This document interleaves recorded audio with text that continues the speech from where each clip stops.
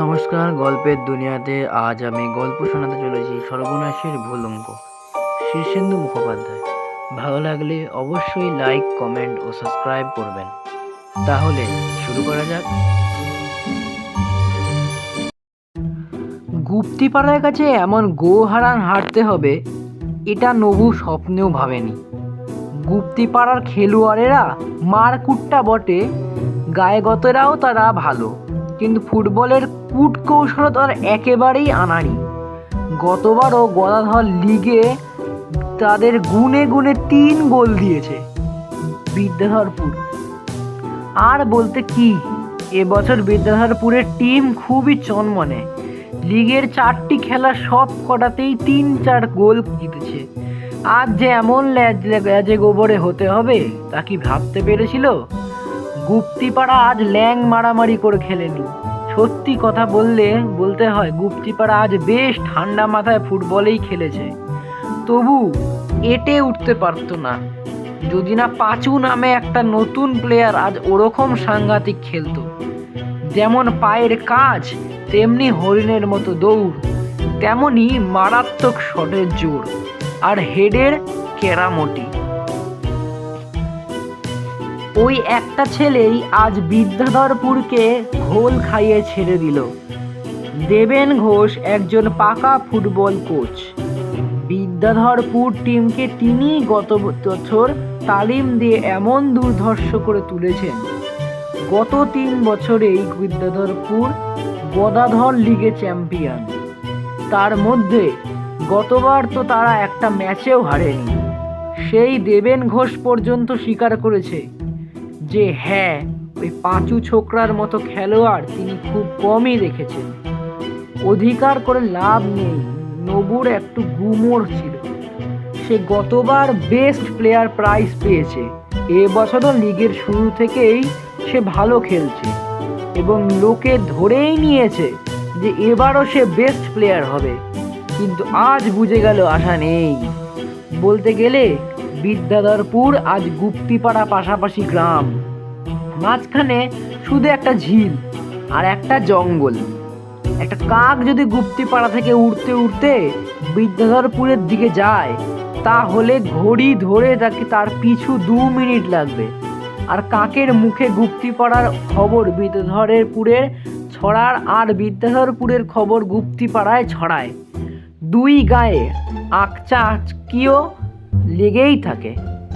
শুরুটা হয়েছিল বছর 50 আগে, যখন গুপ্তিপাড়ার জমিদার মহিম ঘোষাল রবীন্দ্র জয়ন্তীতে এক কাবুলিওয়ালাকে ধরে এনে তাকে দিয়ে রবীন্দ্রসঙ্গীত গাইয়ে সবাইকে তাক লাগিয়ে দিয়েছিলেন।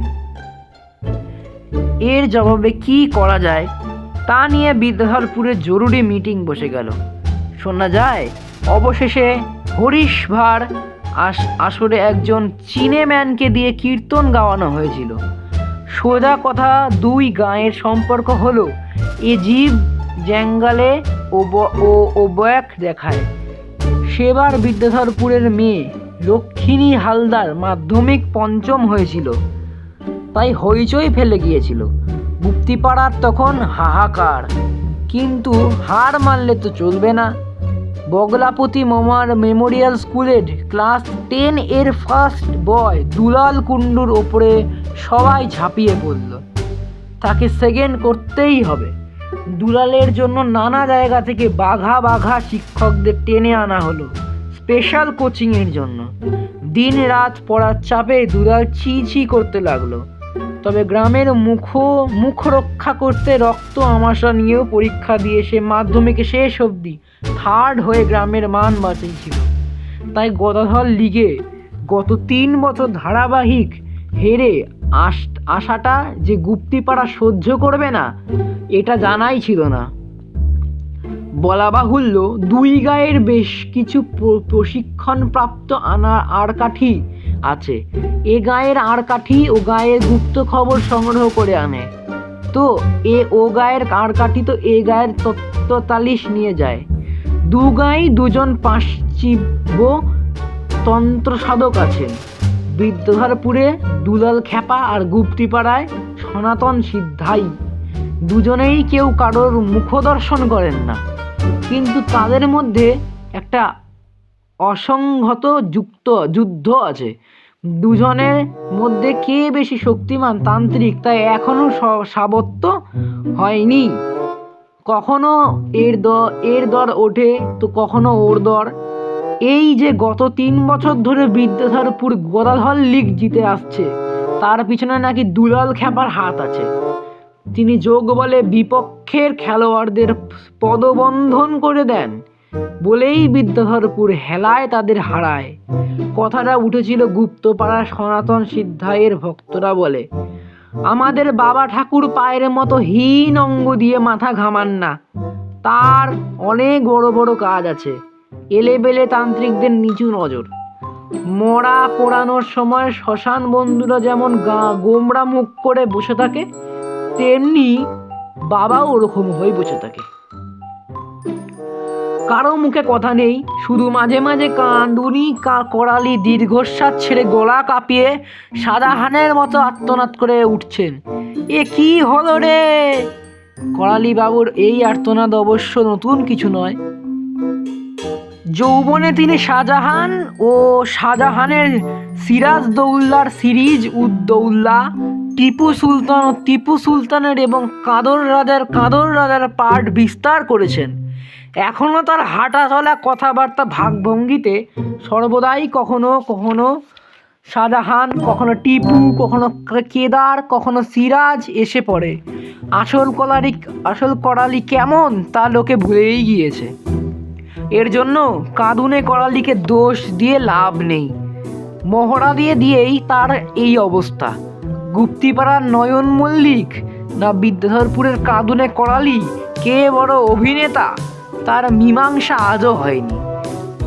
রাগবাবুর চেহারা যেমন মেজাজো, তেমন ফর্সা টকটকে রং, চওড়া কাঁধ, মুগ্ধরের মতো দুখানা হাত, বাঘের মতো জল জল করা চোখ। পরতি জমিদার বংশের ছোট তরফ, সকলে তাকে সামলে চলে। ঘিরে নিস্তবত্তা ভেঙে তিনি প্রথম গর্জনটা করলেন। কি ভেবেছে কি ওরা? বেআইনি ভাবে বাইরের প্লেয়ার খেলিয়ে পার পেয়ে যাবে? দেশে আইন নেই, সংবিধান নেই, আমরা আবেগজেশন করে কমিটিতে চিঠি লিখব। ইনফরমার বা আরকাঠি উমেশ নেয়ার দরজার পাড়ে জড়সড় হয়ে দাঁড়িয়েছিল। কথা কইতে ঠিক সাহস হচ্ছিল না বলে খুব করে একটা কেসে নিজেকে জানান দিল মাত্র। পাসপাটারের মিস্ত্রি হওয়ার সুবাদে তাকে 5টা জায়গা দিতে হয়, তার উপর গুপ্তিপাড়া আর শ্বশুর বাড়িরও বটে। রঘুবাবু তার দিকে চেয়ে ফের গর্জন করলেন, তোর কাছে কি খবর আছে? উমেশ ন্যাড় মাথা চুলকে বলল, খবরটা খুব গোলমেলে। কিরকম? আগে পাঁচু ছোড়ার ভোটার কার্ড আছে, কিন্তু সে রাশিয়ান ভাষায় কথা কয়। রাশিয়ান? ভ্রু কুচকে রঘুবাবু বললেন, তুই বুঝলি কি করে? তুই কি রুশ ভাষা জানিস?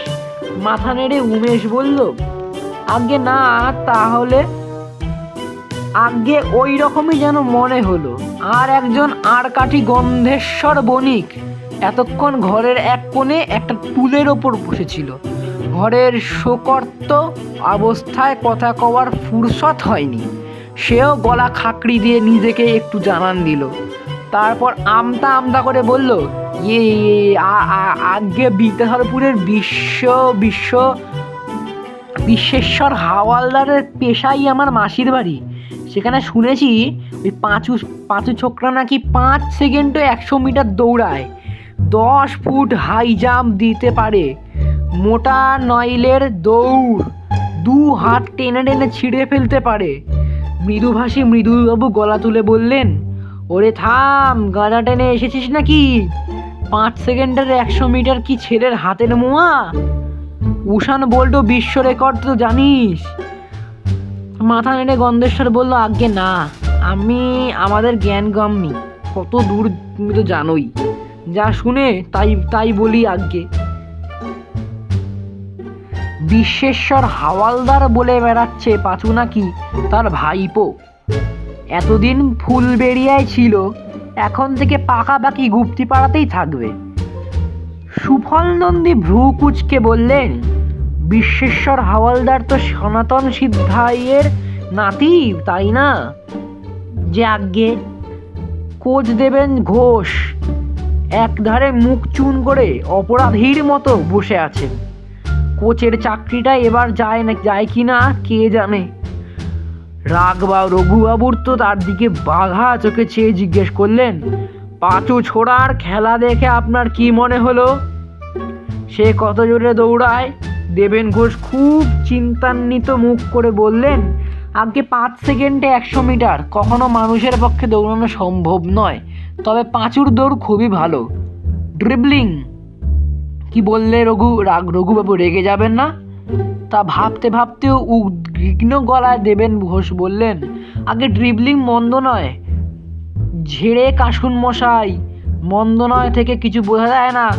আমাদের নবু কি খারাপ ড্রিবলিং করে? ফাঁপড়ে পড়ে দেবেন ঘোষ আমতা আমতা করে বললেন, এই নবুর মতোই 19-20 হাত পড়ে। 19-20 হলে এই একটা ছেলেই আপনাদের এমন ঘোল খাওয়ালো কি করে? শুনেছি সেকেন্ড হাফে কিছুক্ষণ খেলার পরেই ওরা পাঁচুকে তুলে নেয়। অর্থাৎ পাঁচু মাঠে থাকলে আপনাদের অসুবিধে, তাই তো? শুনেছি সেকেন্ড হাফে কিছুক্ষণ খেলার পরেই ওরা পাঁচুকে তুলে নেয়, অর্থাৎ পাঁচু মাঠে থাকলেই আপনারা আরও কয়েকটা গোল খেতেন, তাই না? দেবেন ঘোষ আর্তনাদের গলায় বললেন, না না, আমরা ডিফেন্সকে রিঅর্গানাইজড করে নিয়েছিলাম, গোল আর বাড়তো না। ও কথা আমি বিশ্বাস করি না। দেবেন ঘোষ সশ্রদ্ধভাবে চুপ করে রইলেন। উমেশের দিকে চেয়ে রঘুবাবু গম্ভীর গলায় বললেন, ওই ছোড়াটা সম্পর্কে ভালো করে খোঁজ নিয়ে পাকা খবর আনতে হবে। যদি প্রমাণ হয় যে ও ভূমিপুত্র নয়, তাহলে ম্যাচটা বাতিল হয়ে যাবে। 2 পয়েন্ট আমাদের হবেই। হন্তদন্ত হয়ে এসে ঘরে ঢুকলো গদাই ঢ্যাং। সে কাঠের মিস্ত্রি, গুপ্তিপাড়ার তার দিব্যি যাতায়াত। বলল, আমি কথাটা কয়ে দেখেছি, কিন্তু পাঁচু নির্যশ কেরলের ছেলে। রঘুবাবু অবাক হয়ে বললেন, কেরল? কথা কয়ে দিল যে আজ্ঞে বিশ্বেশ্বর হাওয়ালদারের ইদানিং পয়সা হয়েছে খুব। সেগুন কাঠের একটা খাটের বেড়াত দিল। সেটা যখন বানাচ্ছিলুম তখন ছোকরার সঙ্গে আলাপ হলো। খাঁটি তামিল ভাষা। তুই আবার তামিল শিখলি কবে? শিখিনি তো, ওই মনে হলো আর কি। সে তার মতো কথা কয়ে গেল, আমি আমার মতো। তামিল কেরলের ভাষা নয়, তামিলনাড়ুর। আমি যে ভাষাটা বুঝতে পারি না সেটাও তামিল মনে হয়। রঘুবাবু বললেন, ভাষা তো বুঝিসনি? বুঝলাম। ভাবে কিছু বুঝতে পারলি? তেমন কিছু নয়। ওই যে রোগা প্যাংলা চেহারা ছেলে, দেখে তো ওই মনে হয় পেটের রোগে ভোগে। রোগা ভাগা এত জোরে দৌড়ায় কি করে, সেটাই অত জোর কোথা থেকে হাসে। আজ্ঞে সেইটাই চিন্তার কথা। বিশ্বেশ্বর বাবু শোয়ার ঘরে একটা ভারী ছেঁচা লোহার সিন্ধুক আছে। খাটটা পাতবার সময় দেখা গেল সিন্ধুকটা অন্তত হাত 2 না সরালে খাট পাতা যাবে না। তা অত বড় আর ভারী সিন্ধুক নাড়তে অন্তত 5-6 জন জোয়ান লোকের দরকার। 8-10 মণ ওজনের নিরেট জিনিস। তা সেই কথা বিশ্বেশ্বর বাবুকে বলে ফিরে এসে দেখি, উফ, সেই ঘটনা চোখে দেখার বিশ্বাস হয় না। কি দেখলে বাবা? দেখি ছোকরা কামড়ে 2 হাত রেখে দাঁড়িয়ে কোনো কসরত না করেই গা না ঘামিয়ে সির্ফ ডান হাঁটুর আলতা ঠেলায় সিন্দুকটাকে হাড় করে 3 হাত ছড়িয়ে দিল। দূর বেটা, গুলগপ্পার আর জায়গা পেলি না? মা কালীর নামে ঘিরে কেটে বলছি কর্তা, চোখ না দেখলে পেত্তায় হতো না। ব্রহ্মদৈত্যী না কি রে? জানি না কর্তা, যা চোখে দেখেছি তাই বললাম। পেত্তায় না হলেও বিশ্বেশ্বর হাওয়ালদারের বাড়ি কাজের লোক, জিজ্ঞেস করে দেখুন গে। মৃদুভাষী মৃদুলবাবু এবারে বললেন, রঘুবাবু, গায়েগঞ্জে এরকম বহু নাকি গল্পের ঘটনা রয়, ওইসবে গুরুত্ব না দেওয়াই ভালো। মহেশ মহাপাত্র পান চিবোতে বললেন, বোঝা গেল যে ছোকরার কিছু এলেম আছে। এই নিয়েই এইসব গোল গল্প তৈরি হচ্ছে। যারা দুলাল খ্যাপাকে ধরে আনতে গিয়েছিল তারা তাকে নিয়ে এসে হাজির হলো। দুলাল খ্যাপা লম্বা চওড়া মানুষ, কালো দাড়ি গোঁফ, কালো বাবরি, পরনে রক্তচম্ব, একটু সংকুচিত ভাব, একটা অস্পষ্ট সাপ্তি বচন আউড়ে বসলেন। রাঘব জিজ্ঞাসা করলেন, কি হে তান্ত্রিক, তোমার জারি জুড়ি কোথায়? আজ্ঞে, আমাশা হওয়াতে প্রক্রিয়ায় কিছু বিঘ্ন ঘটেছে। আমাশা? তোমার আমাশা কিসের? যোগ বলে সাজাতে পারলে না? সাধারণ আমাশা তো নয়, এই যে পৈশাচিক আমাশা। কিসের পৈশাচিক হে? ওই রথীনবাবুকে জিজ্ঞাসা করুন, উনি দায়ী। রিষ্টি কাটানোর জন্য আমাকে গিয়ে ধরে পড়েছিলেন। তা আমি গণনা করে নিদান দিয়েছিলাম, মা কালীকে নিখুঁজ কালো একটা পাঠা উৎসুগ্ন করে দিতে হবে। তা উনি কালো একটা পাঠা নিয়েও এলেন। তিনি চান করতে গিয়ে দেখে গেল সেটার গা থেকে রং উঠছে। শেষে কটাছে রং বেরিয়ে পড়লো। আমি রাজি ছিলাম না, কিন্তু রতীনবাবুর চাপাচাপিতে সেই কটাছে রঙেই পাঠাই বলি দিতে হলো। সেই থেকে আমাশা। ঠিক এই সময় কাঁদুনি করালি এসে দীর্ঘশ্বাস ছেড়ে গলা কাঁপিয়ে আর্তনাদ করলো, এ কি হলো রে? গোলকবাবু ছোট্ট দুষ্টু একটা অঙ্কের পিছনে ছুটে হয়রান হচ্ছিল, কিছুতেই ধরতে পারছেন না। গাছপালার ফাঁকে ফাঁকে ইঁদুরের মতো ছুটেছে অঙ্কটা। একবারে নাগালে আসছে বটে, কিন্তু যেই গোলকবাবু খপ করে ধরতে হাত বাড়াচ্ছেন, অমনি ঠিক শুট করে সরে যাচ্ছে। গোলকবাবু হাঁপাতে আর ঘামতে মাঝে মাঝে কাতর কণ্ঠে মিনতি করছিলেন, ওরকম দুষ্টুমি করে না রে, এবারে ধরা দিলে ফেল বাবা। আর কত খাটাবি বাবা আমায়? তোর সঙ্গে কি আমার শত্রুতার সম্পর্ক? তোকে যে বড় ভালোবাসি, কিন্তু কে শোনে কার কথা? ছোট্ট মিষ্টি অঙ্কটা দেখা দিয়েই ফের গা ঢাকা দিচ্ছে। জঙ্গলের আলোয় ছায়ায় তাকে ঠাহর করেই মুশকিল। গোলকবাবু ঠিক করলেন আর দৌড়ঝাঁপ না করে এক জায়গায় ঘাপটি মেরে থাকবেন। তাতে অঙ্কটা ভাববে তিনি ক্লান্ত হয়ে গেছেন। একটা ঝোপের আড়ালে সত্যিই ঘাপটি মেরে ওত পেতে রইলেন। গোলকবাবু একটু পরেই টের পেলেন ছোট্ট মিষ্টি অঙ্কটা ঝোপের পাশে ইঁদুর ছানার মতো তুর করে ঘুরে বেড়াচ্ছে। শরীরটা অঙ্ক দিয়ে তৈরি, চারটে পা যেন 4টে 2, লেজটা যেন 1, চোখটা 2খানা 2টো 0, কার 2খানা যেন 2টো 5।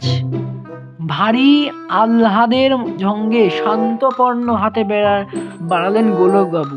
লেজটা ধরেও ফেললেন, কিন্তু অঙ্কটা হঠাৎ কুটুস করে তার হাতে এমন কামড় দিল যে গোলকবাবু উহ বলে চেঁচিয়ে ধড়ফড় করে উঠে বসলেন। ঘুমটা ভেঙে যাওয়া একটু হতাশই হলেন তিনি। স্বপ্নে দেখছিলেন বটে, তবে বড় সুখের স্বপ্ন। অঙ্কের স্বপ্নের মতো স্বপ্নই হয় না। ইস, যদি ছোট্ট অঙ্কটা ধরতে পারতেন তাহলে কি মজাই না হতো। গোলক বিহারী শয়নে স্বপ্নেও জাগরণে শুধু অঙ্ক। তার জগৎটা অঙ্কময়। লোকে তার নাম দিয়েছে গুপ্তিপাড়ার রামানুজম। সব সময় অঙ্কের ঘোরে থাকেন বলে খিদেটাও টের পান না। কিন্তু মাঝরাতে আজ ঘুমটা ভেঙে যাওয়ায় পাশের তুলে রাখা ঢাকা গ্লাসের জলটা ঢকঢক করে খেয়ে ফেললেন। এরকম স্বপ্ন অবশ্যই তিনি প্রায় দেখে থাকেন। কখনো দেখেন তিনি পুলিশ আর অঙ্ক হচ্ছে একজন ধূর্ত চোর। সেই চোর অঙ্ককে পাকড়াও করার জন্য তিনি ছুটছেন, লাফাচ্ছেন, ঝাঁপাচ্ছেন, আর চোখ অঙ্ক তাকে আর চোর অঙ্কও তাকে নাকের আদি দড়ি দিয়ে নাগাল ঘুরিয়ে ঘুরিয়ে মারছে। আবার কখনো দেখতে পান তিনি এবং অঙ্ক তার দুজনেই কুস্তিগীর, মল্লভূমিতে তাদের দুজনের লড়াই হচ্ছে। কখনো তিনি অঙ্ককে পটকে দিয়ে চিৎ করে ফেলছেন, কখনো অঙ্কই তাকে ক্যাক করে ধরে ফেলে বুকে হাঁটু গেড়ে বসেছে। এমনও দেখাচ্ছেন একটা অঙ্ক যেন কাঁটা ঘুড়ির মতো আকাশে ভেসে বেড়াচ্ছে, আর তিনি সেটা ধরার জন্য লাগি হতে পিছু পিছু যাচ্ছেন। তবে সেদিন একটা স্বপ্ন দেখে ভয় তার বুক হিম হয়ে গিয়েছিল। দেখেন, রাতে বসে নিবিষ্টভাবে অঙ্ক কষছেন, হঠাৎ টের পেলেন তখন যেন তিনি আকাশে উঠে গিয়েছেন। তার টেবিল ভেসে আছে, চেয়ার ভেসে আছে, তিনি দিব্য চাঁদের আলোয় অঙ্ক কষে যাচ্ছেন। হঠাৎ ভীষণ অবাক হয়ে দেখলেন ঠিক তার উল্টো দিকে তার একটা চেয়ারে একজন নীল চোখে চায়ে বসে তাকে তীক্ষ্ণ দৃষ্টিতে দেখছেন। সাহেবের মাথায় বিশাল টাক, অল্প স্বল্প দাড়ি গোঁফ আছে, আর পরনে আলখাল্লার মতো একটা পোশাক। গোলকবাবু হক চকিয়ে যেতেই সাহেব একটা দুর্ধর্ষ ভাষায় কি যেন বলল। ভাষাটা গোলকবাবু একেবারেই ধারণা করতে পারলেন না, তবে ইংরেজি নয় তা হলফ করে বুঝতে পারেন। গোলকবাবু মনে হয় লোকটা প্রশ্ন করছে, তুমি খুব অঙ্ক ভালোবাসো বুঝি? গোলকবাবু ভয় কাঁপতে কাঁপতে বললেন, হ্যাঁ সাহেব, আমি অঙ্ক বড্ড ভালোবাসি। সাহেব তার বাংলা কথা বুঝতে পারলো কি না তা গোলক বিহারী জানেন না, কিন্তু সাহেব একটু গম্ভীর হয়ে গেল। তারপর তার দিকে আঙ্গুল তুলে ফের কটমট করে কি সব যেন বলে গেল, যার এক বর্ণ গোলকবাবুর মাথায় সেরালো না। কিন্তু তার মনে হলো যেন সাহেব তাকে অঙ্ক কষার জন্য বাঁকা ঝাঁকা করছেন, যেন বলছে, অঙ্কে তোমার কি জানো হে বাপু, অঙ্ক কি ছেলে হাতের মোয়া? ভয়ে চোটে গোলক বিহারীর হাত পা ঠান্ডা হয়ে গেল। সেই ঠান্ডায় গলায় এমন বসে গেল যে স্বর বেরোতেই চায় না। ছিচি করে কোনো ক্রমে বললেন, আগে না, ক্ষত দিচ্ছি, আর অঙ্ক করবো না, এবারটা মাফ করে দিন আজ্ঞে।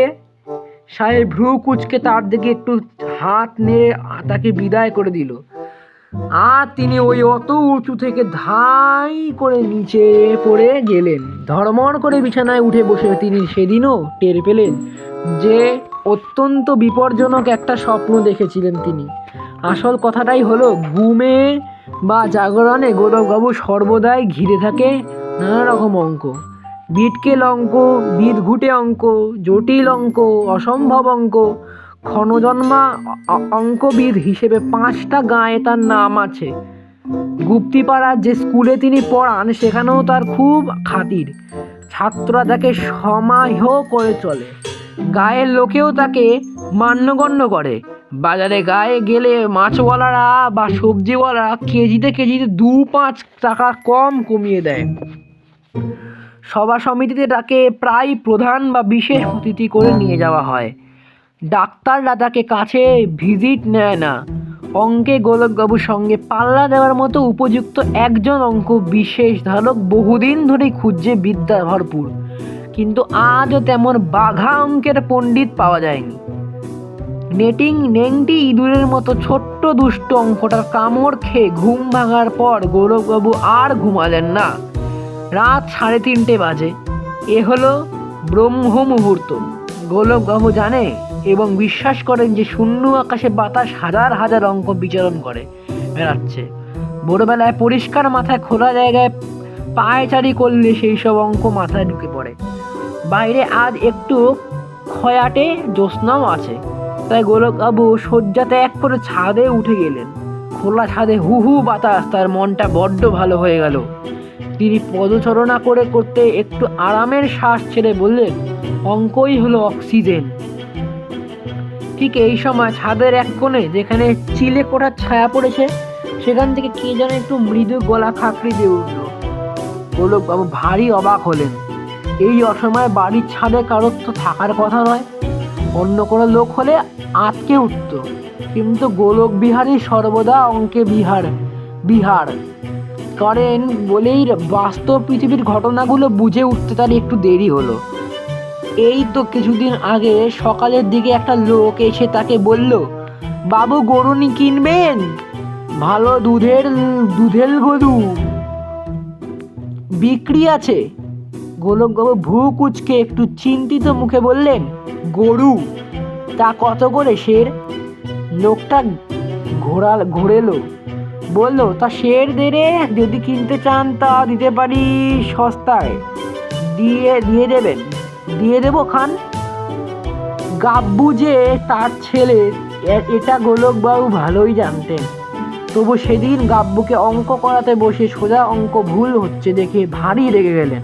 বললেন, তোমার তো দেখছি অঙ্কে একেবারেই মন নেই। এরকম হলে তো তোমায় বাবাকে জানাতেই হবে দেখছি। গোলকবাবু দেখতে পেলেন চিলে কোঠার ছায়ায় একজন লোক যে যেন তাকে আবডাল হয়ে দাঁড়িয়ে রেলিং ভর দিয়ে দূরের জঙ্গলটার দিকে তাকিয়ে আছেন।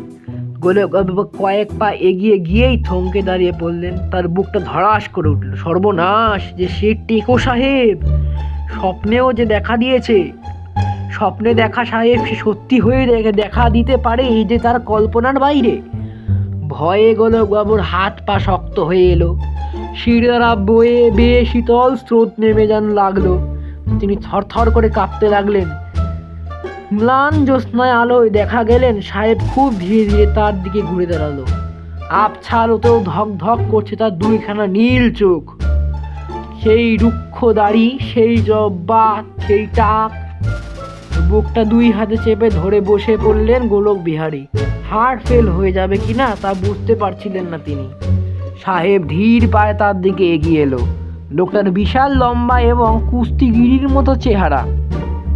সামান্য আলোতে ফর্সা রং যেন ধপ ধপ করছে। গোলকবাবু হয়তো অজ্ঞানী হয়ে যেতেন, কিন্তু যেতে যেতেও গেলেন না। সাহেব তার দিকে একটা খাতা আর পেন্সিল বাড়িয়ে দিয়ে তেমনি দুর্বাদ্য ভাষা কি যেন বলল। কিছু না বুঝেও কাপা হাতে খাতা আর পেন্সিলটা নিলেন গোলকবাবু। অবাক হয়ে দেখলেন সাদা পাতায় একটা ইকুয়েশন দেওয়া রয়েছে। বজ্রগম্ভীর গলায় সাহেব একটা আদেশ করলো। তার মনে হলো সাহেব একে অঙ্কটা কষতে বলছে। মুহূর্তে গোলকবাবু ভয় ডর কেটে হাত পা স্বাভাবিক হয়ে গেল। অঙ্ক কষতে বলছে সাহেব? তাহলে তো আর ভয়টা কিসের? অঙ্ক তো তার অক্সিজেন। আশ্চর্য, এই অতিশয় ম্লান আলোতেও গোলকবাবু দিব্যি খাতায় একটা ইকুয়েশনটা দেখতে পাচ্ছিলেন। বাবু হয়ে বসে উপুর হয়ে তিনি খসখস করে অঙ্কটা কষে যেতে লাগলেন। মনটা আনন্দে তার উত্তেজনায় ভরে গেল, কারণ ইকুয়েশনটা অত্যন্ত জটিল এবং বেজায় খটোমটো। আর অঙ্ক যত জটিল আর কঠিন হয় ততই গোলক বিহারীর আনন্দ। বোধহয় ঘন্টাখানেক সময় লাগলো গোলকবাবু। কঠিন ইকুয়েশনটা তিনি 7-8 পাতা ধরে কষে গেলেন। শেষ হওয়ার পর ভারী সংকোচের সঙ্গে সাহেবের দিকে খাতাটা এগিয়ে দিলেন। সাহেব এতক্ষণ ভ্রু কুঁচকে তীক্ষ্ণ চোখে তাকে লক্ষ্য করছিল। তিনি টের পাচ্ছিলেন সেই ভ্রু কুঁচকানোটাই অঙ্ক দেখালো সাহেব। বেশ খুঁটিয়ে খুঁটিয়ে প্রতিটি পাতা ভালো করে দেখে সাহেব সেই শব্দটা উচ্চারণ করলো। তা বুঝতে গেল গোলকবাবুর অসুবিধে হলো না। সাহেব বলল, হুঁ। গোলকবাবু বুঝতে পারলেন অঙ্কটা হয়েছে। সাহেব বোধহয় খুশি হলো। খাতা আর পেন্সিলটা জব্বর প্রকাণ্ড পকেটে পুরে তার দিকে চেয়ে সাহেব খটর মটর করে কি যেন বলে গেল। ভাষাটা জার্মান, গ্রিক বা লাতিন হতে পারে, আবার তামিল তেলেঙ্গু হওয়ার বিচিত্র নয়। সে যাই হোক, ভাষা বোধগম্য না হলেও গোলকবাবু আন্দাজ করলেন সাহেব বলতে চাইছে, তুমি অঙ্কটা কষতে পেরেছো বলে আমি তোমায় উপহার সন্তুষ্ট হয়েছি। গোলকবাবু কাতর কণ্ঠে বললেন, দরকার হলে আমি তোমাকে আরো অঙ্ক কষে দেব সাহেব। তোমাকে একদিন স্বপ্নে দেখে খুব ভয় পেয়েছিলাম, ফের চর্মচক্ষে দেখেও ভয় লাগছে। তুমি আসলে কে সাহেব? ভূত প্রেত নও তো? সাহেব চিন্তিত মুখ করে গ্যাটম্যাট করে কথাও কইতে লাগলো। গোলকবাবু এবার যেন কথাগুলোর একটা আঁচ পাচ্ছিলেন। যা বুঝলেন তার মানে দাঁড়ায়, সেদিন তুমি যা দেখেছিলে তা সর্বটাই স্বপ্ন নয়। তোমাকে আমি সত্যিই দেখা দিয়েছিলাম। আমরা মানুষের স্বপ্ন ভেদ করে ঢুকতে পারি। আজ যাকে দেখছো এই আমিও আবার পুরোপুরি সত্যি নয়, খানিকটা সত্য মাত্র। আমরা একজন পলাতককে খুঁজছি। সে কোথায় আছে তা আমি জানি না। নানা জটিল অঙ্গের আড়ালে গা ঢাকা দিয়ে রয়েছে। তা নাগাল পেতে হলে আমাদের আরো অনেক অঙ্ক কষতে হবে। আজও তোমাকে যে অঙ্কটা কষতে দিয়েছিলাম সেটা ওই সব অঙ্কেরই একটা। তবু সে এখনো অনেক দূরে। আমাদের কোনো সেন্সেরেই আমাদের অস্তিত্ব ধরা পড়ছে না। গোলকবাবু মাথা ঝিকমিক করছিল। তিনি কি সত্যিই লোকটার কথা বুঝতে পারছেন, নাকি আড়গাম বাড়গাম কল্পনা করে নিচ্ছেন পাগলের মতো? তিনি ভাষাবিদ নন, তাহলেও ওই অজানা ভাষার মর্মোদ্ধার করছেন কি করে? সাহেব অবাক, তার বিচিত্র ভাষায় কথা বলছিল, এবং গোলকবাবুও তার মনে বুঝতে পারছিলেন লোকটা বলছে, তুমি সত্যিই একজন অঙ্কের মানুষ। এরকম কঠিন অঙ্কের সমাধান করা সহজ কাজ নয়। তোমাদের অনুন্নত মস্তিষ্কের পক্ষে তো নয়ই। তুমি তো আমাকে অবাক করেছো। গোলকবাবু মাথা চেপে ধরে বসে রইলেন। না, তিনি আসলে কিছুই বুঝতে পারছেন না। বোধহয় মাথাটা তার বিগড়েই গিয়েছে। সাহেব যেন তাকে আশ্বস্ত করেই বলল, না, তুমি ঠিকই আছো, পাগল হওনি। আস্তে আস্তে গোলকবাবুর চোখের সামনে আস্ত সাহেবটা যেন হাওয়ায় মিলিয়ে যাচ্ছিল। গোলকবাবু অবাক হয়ে বললেন, এটা কি হচ্ছে সাহেব? এ কি ভুতুড়ে কাণ্ড? তোমাকে তো বলছি আমি পুরোপুরি সত্যি নই, আমি আছি আবার নেইও। ভূত নও তো? ভূত কাকে বলে আমি জানি না। তুমি তো অঙ্ক জানো, মনে কারো অঙ্কর মতেই অব্যস্ত। সাহেব হাওয়ায় গায়েব হয়ে গেল। অবিশ্বাসের চোখে সামনের ফাঁকা জায়গাটার দিকে খানিকক্ষণ চেয়ে রইল গোলক বিহারী। না, তিনি ফের স্বপ্নে দেখছেন এইসব তো আর সত্যি হতে পারে না। ভোর হয়ে আসছে দেখে তিনি তাড়াতাড়ি নিচে নেমে এসে ভালো করে চোখ মুখে জল ঢাপটা দিলেন। ভূতে তিনি বিশ্বাস করেন না ঠিকই, কিন্তু আজ কেন যেন ধান্ধ লাগছে। মাথাটা বড্ড গরম, বুকের ধড়ফড়াও আছে। কয়েক গ্লাস জল খেয়েও তেষ্টা যেন ঠিক মিটছে না। লেখাপড়া করার টেবিলে এসে গোলকবাবু ফের কে যেন একটা সাদা কাগজ টেবিলে রেখে গিয়েছে, তাতে নতুন একটা ইকুয়েশন। শেষ হলো আমাদের আজকের গল্পের প্রথম পর্ব, সর্বনাশী ভুল অঙ্ক। পরের পর্বটি শুনতে হলে অবশ্যই লাইক, কমেন্ট ও সাবস্ক্রাইব করবেন।